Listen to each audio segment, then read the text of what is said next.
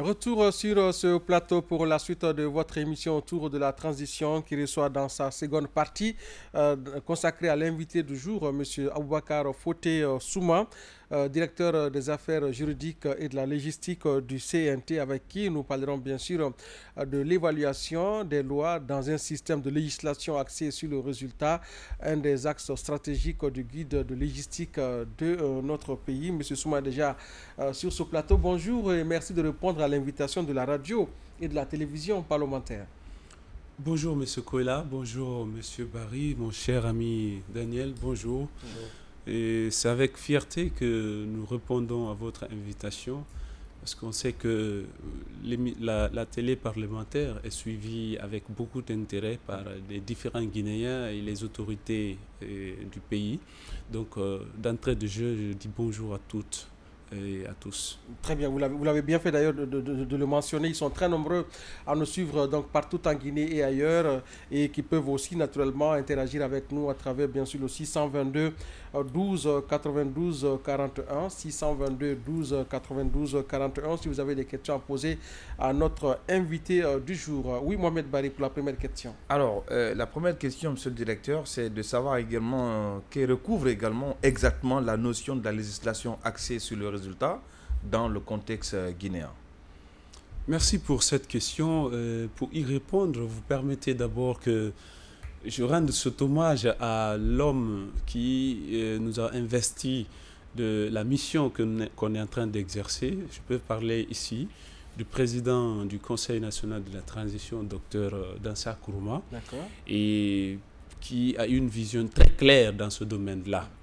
Alors, pour revenir à votre question, je veux d'abord signaler que quand on parle de législation axée sur le résultat, et n'oublions pas qu'il y a une notion similaire qui est d'ailleurs très connue, la gestion axée sur le résultat. Effectivement, oui. Cela est une sorte de transposition de cette notion dans le domaine des normes. Alors, donc parler de la législation axée sur le résultat, d'ailleurs qui est un concept que la Guinée va vendre désormais aux autres pays, c'est parler d'un système qui va réorienter les textes juridiques vers leur efficacité, vers l'atteinte de leur objectif. Vous savez qu'on peut faire une loi et ne pas s'intéresser à ses impacts, à ses effets, mais plutôt il est normal que quand on a élaboré un texte, qu'on suive son application, qu'on suive son impact. Est-ce que l'effet escompté pendant son élaboration est atteint ou pas? Donc la question que vous posez, elle est grande parce que quand on parle de cette notion qui paraît nouvelle pour notre pays et pour beaucoup d'autres personnes, je crois qu'il y a lieu d'en dégager les piliers. Quand nous l'utilisons, quels sont les piliers qu'on donne à cette notion-là pour qu'on puisse comprendre législation axée sur le résultat, c'est quoi en réalité? Si vous me permettez, allez-y. Je rappelle ici que en concevant ce concept, nous avons été confrontés à un état des lieux qui était critique, qu'on est en train de changer au fur et à mesure. L'état des lieux où on a constaté que les textes étaient élaborés et parfois devenaient lettre morte, excusez-moi. Une loi, elle ne doit pas être lettre morte, mais le plus souvent, le constat est amer, c'est que la loi, une fois qu'elle est adoptée, le plus souvent, elle n'est plus effective. Alors, mon collègue de la RDC, que je vais évoquer ici, Germain Bave, vous aurez dit que le vrai travail du législateur commence lorsque le texte est adopté. Et effectivement, nous sommes également dans cette lancée. Nous sommes en train de dire que quand on parle de législation axée sur le résultat, le premier pilier, le tout premier pilier, c'est de s'intéresser à l'effet que la loi va produire. Donc, la première des choses, c'est la participation des différentes parties prenantes à l'élaboration, à l'examen et à l'exécution de la loi. Une loi écrite à vase clos n'est pas en réalité une loi qui peut produire les effets qu'on veut. Donc le premier pilier, c'est la participation des parties prenantes. Le deuxième, c'est l'étude objective du contexte qui prévaut avant d'écrire une loi. Vous ne pouvez pas écrire une loi sans vous référer au contexte géographique et sociologique sur lequel ça doit s'appliquer. Et à ce niveau, vous avez vu ces derniers temps, ces dernières années, le CNT est en train de donner beaucoup d'exemples dans ce cadre-là, à commencer même par la Constitution. La Constitution, effectivement. Donc, il faut étudier le périmètre dans lequel on veut intervenir pour connaître les éléments du contexte d'abord, que ce soit le contexte factuel et le contexte juridique. Alors, le troisième pilier de cette notion de législation axée sur le résultat, c'est qu'il faut que les objectifs, les résultats attendus et les indicateurs de performance des lois soient clairement fixés. En élaborant une loi, il faut en déterminer en même temps les objectifs, les résultats et les indicateurs par lesquels on peut l'évaluer. Les instruments de contrôle de son efficacité. De son efficacité. Tout à fait. Voilà. Ça, c'est le troisième pilier. Le quatrième, c'est le cadrage logique de l'intervention normative. Quand vous faites une loi dans cette dynamique de législation axée sur le résultat, il est normal que vous montriez les liens qui existent entre le problème relevé, les solutions apportées et l'objectif poursuivi. Il faut qu'un document détermine ce lien-là pour ne pas qu'on fasse une loi juste pour la faire, mais qu'on dise alors, on est parti de tel problème et au regard de cela, tel est l'objectif et au regard de cela, c'est la solution et les indicateurs de résultats. Très bien. Ça, c'est un autre pilier. Je ne sais pas m'arrêter, mais il y en a 3 autres. C'est vrai. Et moi, ça m'amène à vous poser la question sur les avantages de la législation axée sur le résultat, surtout pour la qualité des normes juridiques. Bon, là, vous allez m'amener à croiser deux questions. Ces avantages d'une législation axée sur le résultat, c'est surtout que la législation donne la possibilité aux politiques publiques d'être efficaces. Il faut l'efficacité des politiques publiques. Je vous rappelle à ce niveau qu'une loi est aussi une politique publique. Et c'est bon qu'on comprenne c'est quoi une politique publique et pourquoi la loi en est une catégorie. Parler de politique publique, pour ne pas que je donne une définition mécanique, il faut qu'on comprenne qu'il y a 4 aspects qui peuvent justifier cela. La première des choses, c'est que c'est une vision, c'est une démarche, premièrement. Deuxièmement, cette démarche-là doit être décrite dans un document, ça doit être documenté et rendu officiel. Tant que c'est une opinion qu'on a, on n'est pas encore dans une logique de politique publique. Ensuite, la politique publique là, doit être destinée à résoudre des problèmes de société, des problèmes d'intérêt général. Et que tout cela soit fait par une personne publique, une personne investie du pouvoir public. Tout à fait. Alors, lorsque les 4 éléments là se réunissent, on est en face d'une politique publique. La loi en est une. Alors, la loi est la catégorie des politiques publiques contraignantes, à l'opposé des politiques publiques non contraignantes. Et c'est pourquoi il faut qu'on comprenne que quand on parle de législation axée sur le résultat, les avantages de cela, c'est faire en sorte que la politique publique qui est coulée dans une loi soit efficace, réponde aux véritables problèmes, aux véritables besoins de la société. À ce niveau, je rends hommage au président de la commission Constitution, qui ne cesse, le doyen qu'on connaît communément sous le nom d'Éric Thiam, qui ne cesse de dire à l'entame des travaux que nous sommes là pour trouver des solutions concrètes à des problèmes concrets. Oui, tout à fait. D'où l'utilité de la logique d'une législation axée sur le résultat. C'est tant qu'on gardera ça à l'esprit, on orientera toujours nos réflexions, nos propositions, les amendements vers l'atteinte des objectifs. Ça, c'est l'intérêt principal de cette logique. L'autre avantage, il est démocratique. Lorsque nous sommes dans une société démocratique, il faut une reddition de comptes. Ouais. Il faut qu'au moins une institution alimente le débat public. Ouais.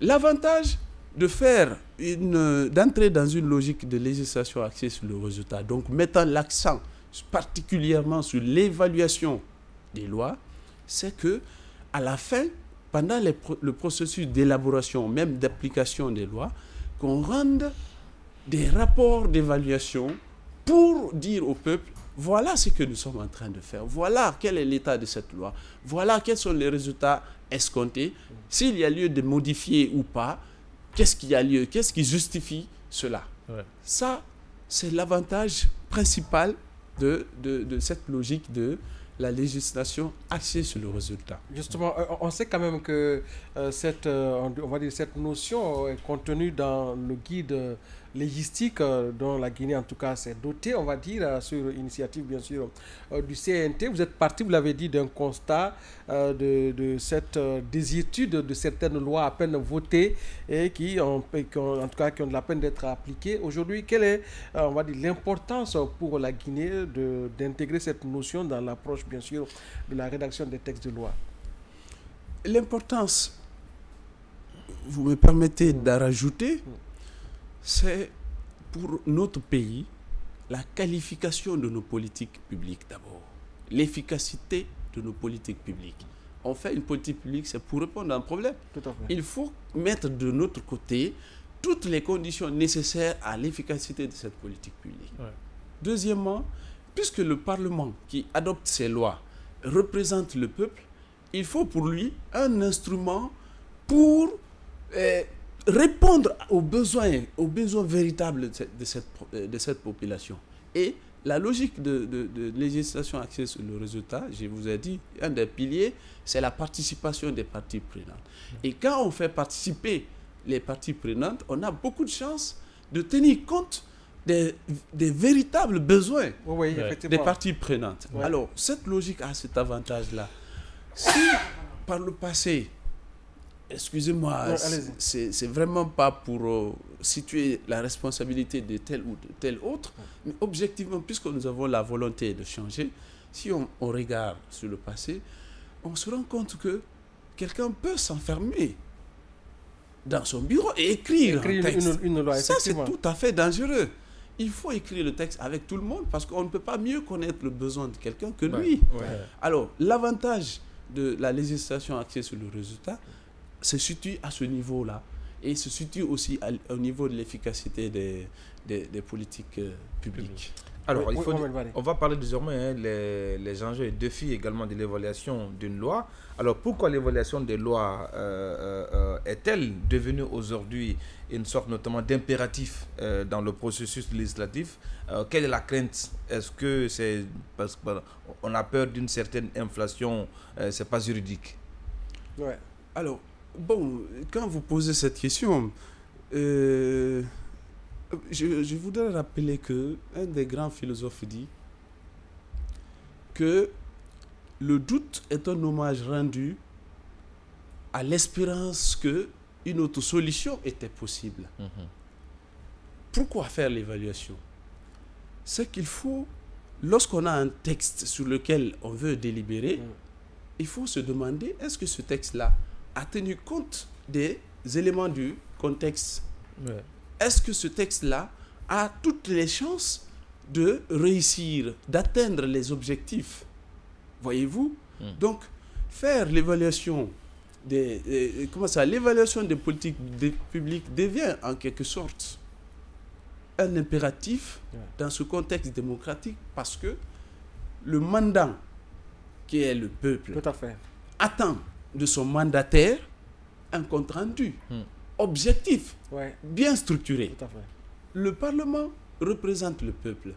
Le Parlement a donc la responsabilité d'évaluer ne serait-ce que les lois qu'il adopte pour en rendre compte au peuple et aussi proposer des solutions à ceux qui appliquent, à ceux qui sont responsables de la politique publique qui est dans ces lois-là. Alors, vous voyez, donc dire que il nous faut l'évaluation des politiques publiques, c'est dire que c'est cela qui est nécessaire pour que nos textes soient qualifiés, pour que les objectifs qu'on veut poursuivre soient atteints rapidement, pour que aussi le peuple soit en confiance, que les institutions qui travaillent pour ce peuple aient la crédibilité nécessaire. Faire l'évaluation, l'institution qui fait l'évaluation met de son côté la crédibilité nécessaire. Oui. Ça, c'est un avantage de faire désormais l'évaluation des lois. Oui, allez-y, Daniel. Alors, en tant que spécialiste de la légistique, selon vos observations, quels sont les enjeux démocratiques, socio-économiques, institutionnels liés à l'évaluation des lois? J'en ai déjà évoqué quelques-uns, je pense sous un autre terme. Lorsqu'on fait l'évaluation d'une loi, le premier enjeu, c'est la qualification de ces lois-là. Ouais. Parce que si on ne fait pas bien l'évaluation, ou si on ne la fait même pas, c'est la qualité-là de ces lois qu'on perd. On perd cette qualité-là. Deuxièmement, l'avantage de faire l'évaluation des politiques publiques en bonne démocratie, c'est créer un climat de confiance entre les gouvernants et les gouvernés. Tout à fait.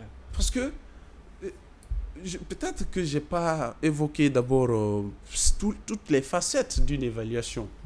Quand on parle d'une évaluation, il faut comprendre qu'il y en a plusieurs types. Il y en a plusieurs types selon le moment où elle intervient. Il y a l'évaluation qui se fait ex ante, c'est-à-dire l'évaluation qui se fait avant même l'adoption de la loi. Oui. Elle se fait pendant l'examen de la loi dans les commissions. Elle peut se faire aussi par celui qui a la charge d'élaborer techniquement le projet ou la proposition de loi. Ça, c'est l'évaluation ex ante. À ce niveau, quels sont les aspects qu'on peut prendre en compte? Est-ce la pertinence? Est-ce l'opportunité? Ou à la vision de l'initiateur de la loi à ce niveau-là? Justement, à ce niveau, ce type d'évaluation vise à d'abord mieux comprendre le contexte, évaluer le contexte, pour savoir quelles sont les conditions nécessaires à l'efficacité de la loi en question. L'évaluation qui porte sur ça, c'est ça qu'on appelle évaluation ex ante ou évaluation prospective. Son objectif, c'est vraiment analyser tous les aspects nécessaires à l'efficacité de la loi. Il y a l'évaluation qui se fait concomitamment. L'évaluation, comment je vais dire ça? D'autres appelleraient ça évaluation itinéraire, c'est-à-dire qui se fait pendant que la loi est un examen. Pendant que la loi se met en œuvre, lorsqu'elle est adoptée. Lorsque la loi est adoptée, elle est entrée en vigueur. Vous savez qu'il y a des textes d'application. Il y a d'autres conditions d'application telles que la vulgarisation et autres. La mise en œuvre de ces conditions-là correspond à la phase d'évaluation concomitante. L'évaluation comporte sur l'émission des textes d'application, la mise en œuvre des autres conditions d'application est appelée évaluation concomitante. Et généralement, elle se fait dans les 6 mois de l'entrée en vigueur de la loi. Il y a l'évaluation ex post ou l'évaluation rétrospective, c'est-à-dire celle qui se fait lorsque la loi est déjà entrée en vigueur, elle est déjà longtemps appliquée, par exemple 3 ans d'application. Après, on revient pour savoir quel est l'effet obtenu. Quel est le résultat? Qu'est-ce qui a changé? Qu'est-ce qui a changé déjà avec cette loi-là? Ça, c'est l'évaluation ex ante. Donc, vous comprenez que en faisant de telles évaluations, on met du côté des autorités publiques et de cette loi toutes les chances pour que la loi s'applique très bien et qu'elle résolve les véritables problèmes de la société.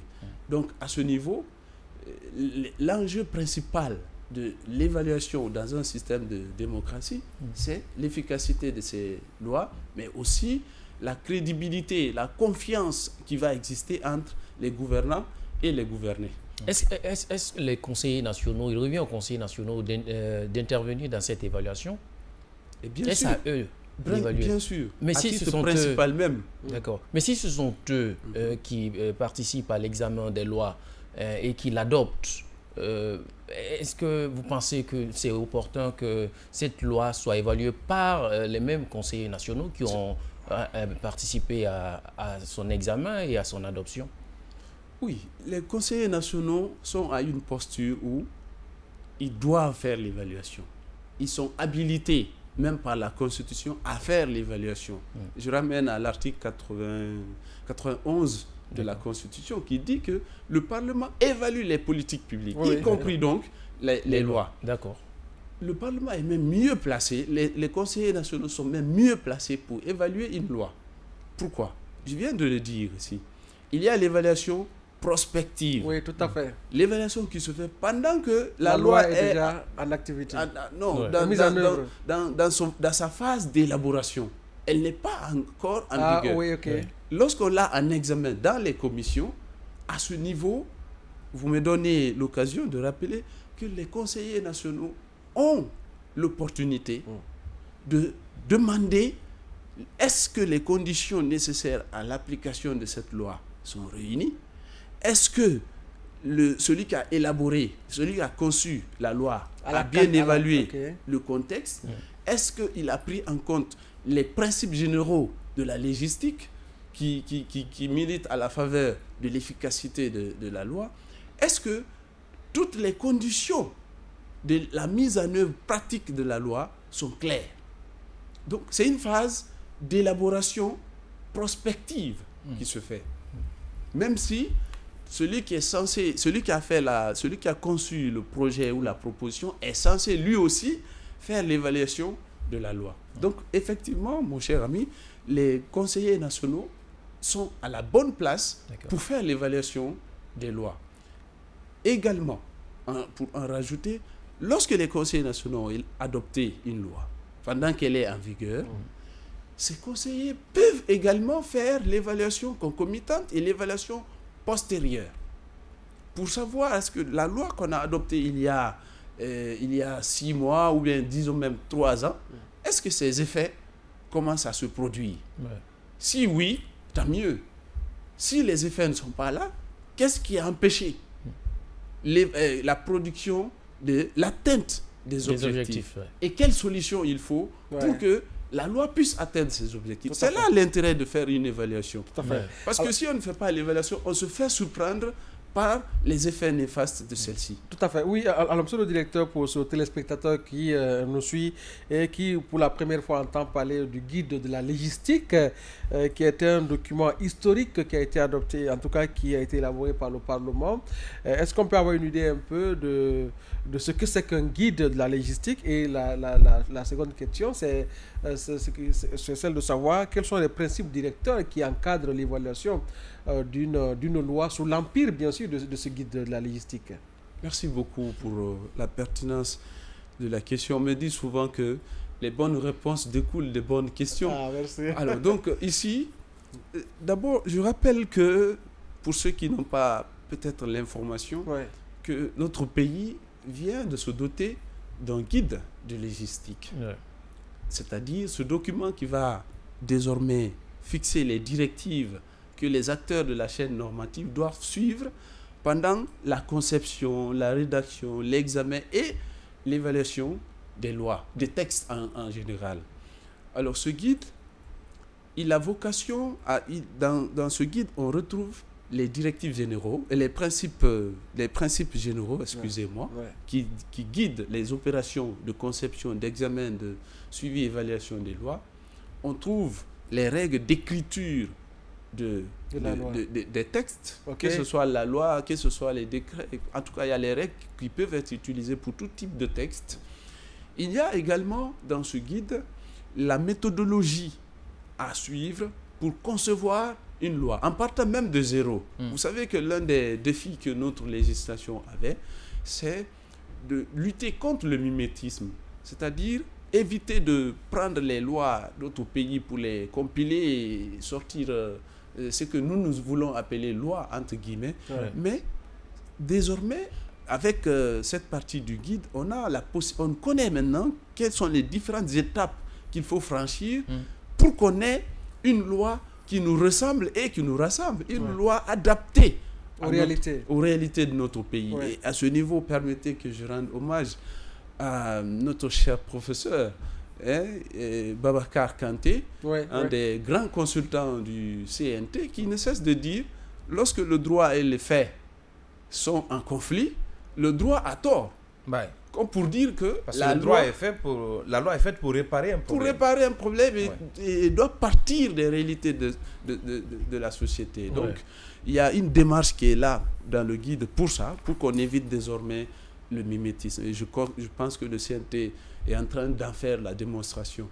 Le dernier élément qui est traité pour le moment dans ce guide, c'est effectivement l'aspect qui nous réunit ici, c'est les principes, les méthodes d'évaluation des lois, particulièrement cette fois-ci. Alors à ce niveau, on a fixé les principes qui ont pour vocation d'assurer à l'évaluation sa crédibilité, son efficacité, mais aussi on a déterminé la démarche qu'on peut suivre pour faire une évaluation.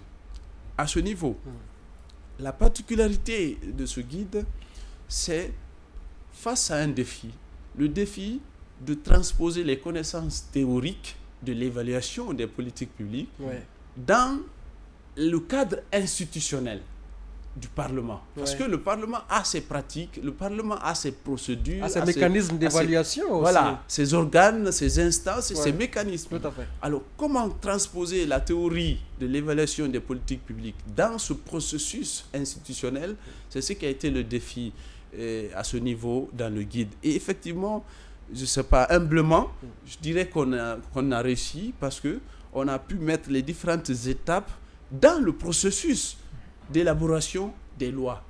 Donc c'est pourquoi tantôt je disais que désormais, il est bon qu'on comprenne que lorsqu'on a un texte au niveau des commissions, c'est l'occasion de faire l'évaluation prospective d'une loi pour mettre l'exigence de la qualité, les conditions nécessaires à la mise en œuvre efficace de la loi et que cela soit documenté dans un rapport qui peut servir demain lorsqu'on veut faire une autre évaluation rétrospective.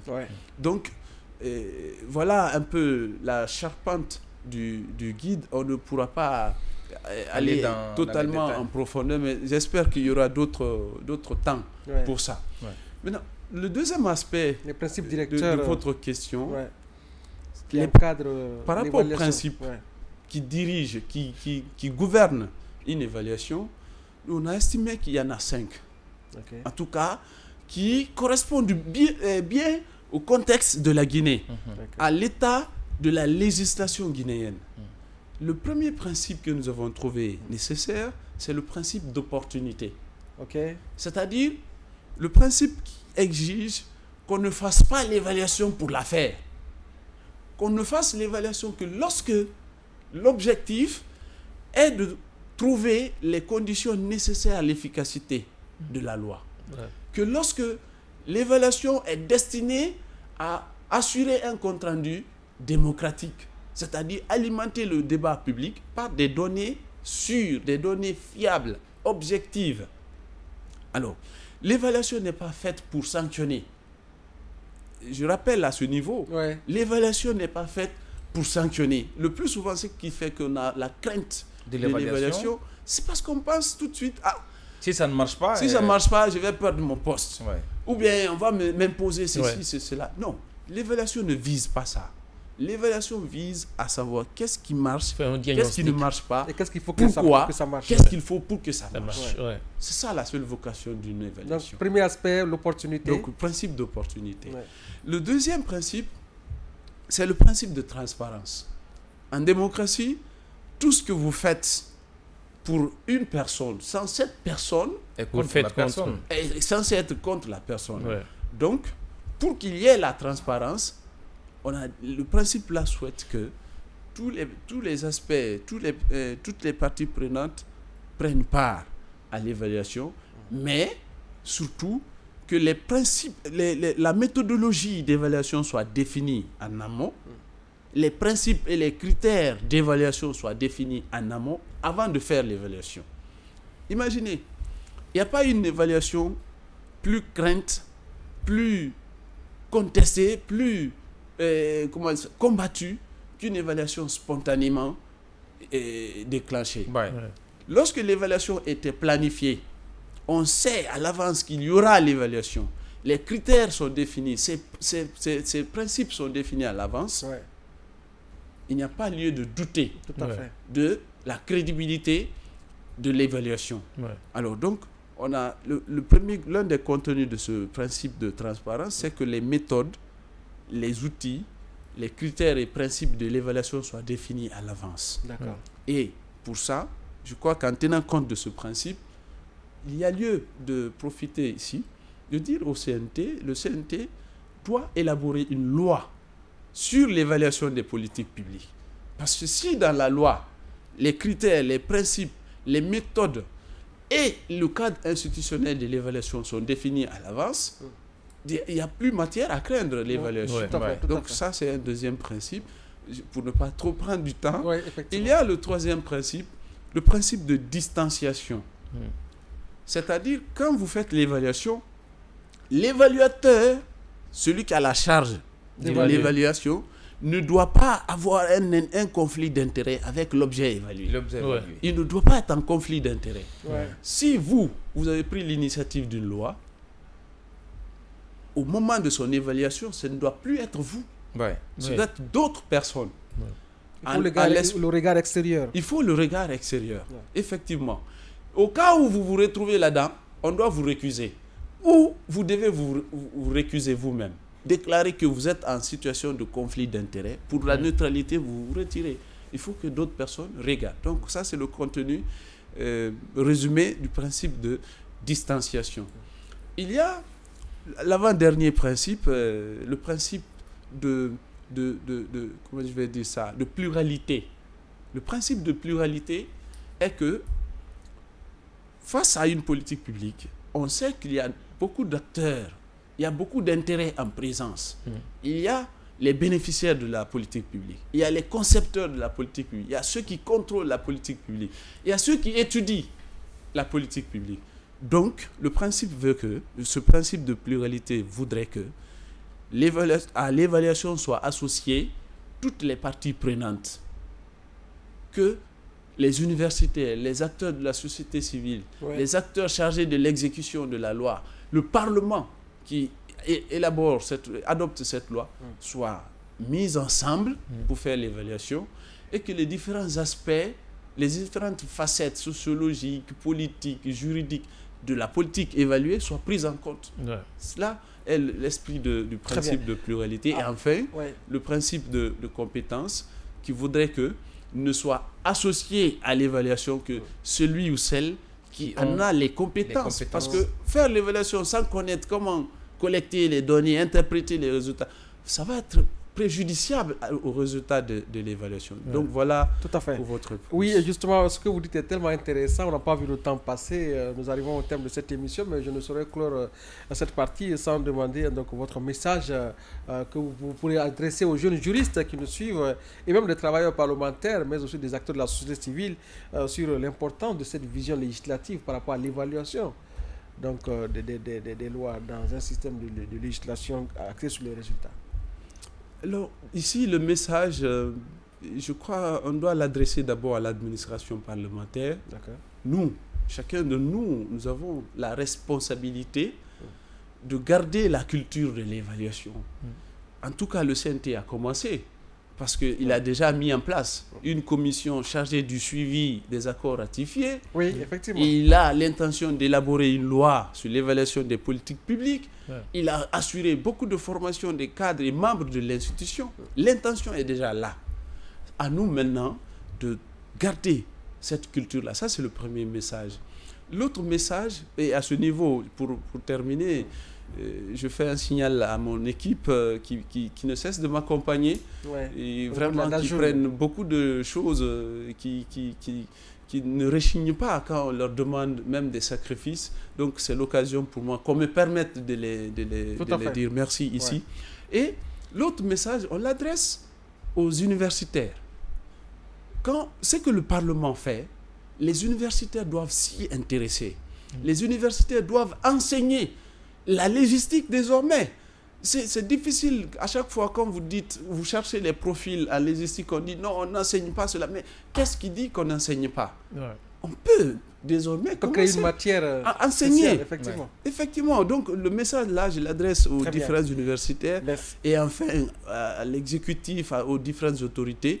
Je les invite à continuer l'élan qui est commencé et à vraiment prendre des mesures pour que la dynamique d'évaluation des lois, la dynamique de législation axée sur le résultat soit poursuivie, même si c'est contraignant, ça demande assez d'efforts, mais qu'on y parvienne petit à petit. Merci beaucoup. En tout cas, nous on en a en tout cas profité avec vous, monsieur le directeur Aboubakar Fauté Souma, directeur des affaires juridiques et de la logistique d'Ajul en abrégé, ici au CNT. Avec lui, nous avons parlé donc de l'évaluation des lois dans un système de législation axé sur le résultat, un des axes stratégiques du guide de logistique de Guinée. Merci à toutes et à tous. Ainsi prend fin ce premier numéro de la semaine. Portez-vous bien. Au revoir.